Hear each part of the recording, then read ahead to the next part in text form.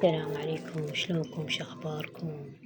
طبعا البارحة كان غدانا مسخن فلسطيني، أكلة فلسطينية بس بنات كلش طيبة يعني بمعنى الكلمة يعني العام سويتها والسنة اشتهيتها وسويتها صدق، يعني أكلة تسوى، يعني طيبة كلش طيبة.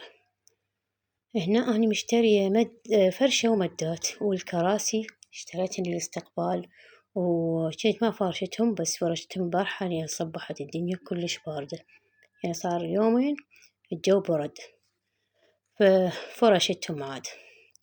هنا اليوم سويت أني على أساس أسوي نوعيتين مال كبة، العفو، كبة الجريش اللي يصير قلي وكبة التمن. فعندي هنا جريش طبخته، ما أعرف شلون ما أعرف هاي النوعية، ما أدري مو زينة الظاهر، فما عجبتني العجينة، ظلت هيك ما تنعجن يعني، ظل مفتفتة.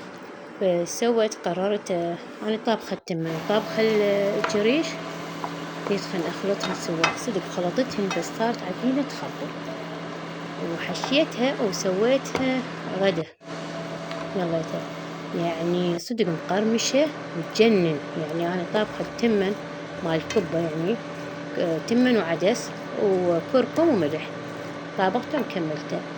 طبخت الجريش هم يعني بس ملح، يعني هي الجريش بس ملح ومي وسلقت، يعني طبخته كملته.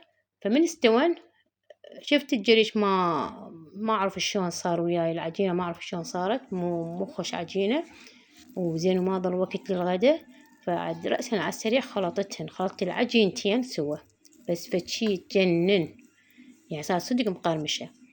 هنا أنا عندي دائما الكبة من أسويها الحشوة مالت اللحم مالت الكبة، يعني العفو، أقسمها قسمين، قسم أخلي بيها كشمش لأن ما حد ياكل كشمش، بس أني ومريم بنتي، والبقية ما ياكلون كشمش، يتخبرون منه.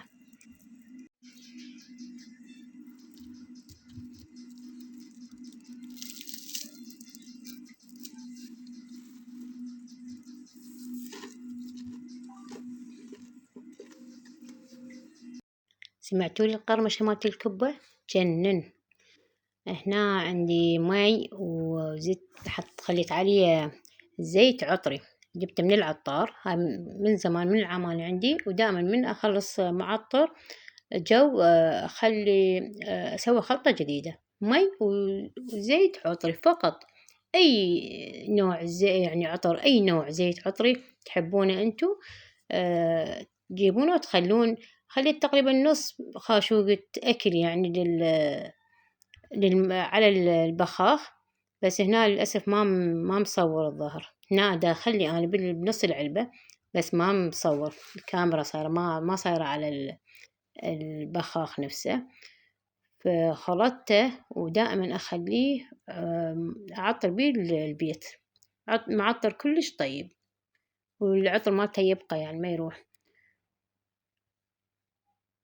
هذا الزيت العطري زيت زيت المسك، وهواية عند العطار دائما عنده هواي زيوت، اللافندر والمسك، هواي العنبر، هواي عطورات عنده يعني زيتية، فبس تخلون منها قليل بالمي يصير معطر جو.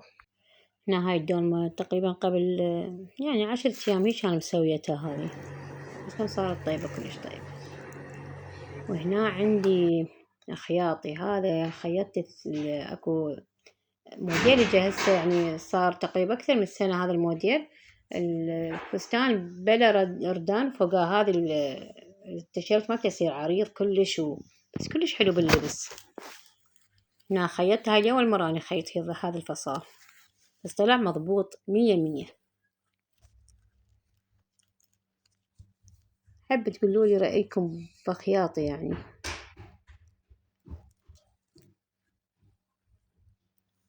هنا أنا هاي الفرشة صار فترة من خيطتها، بس توني يلا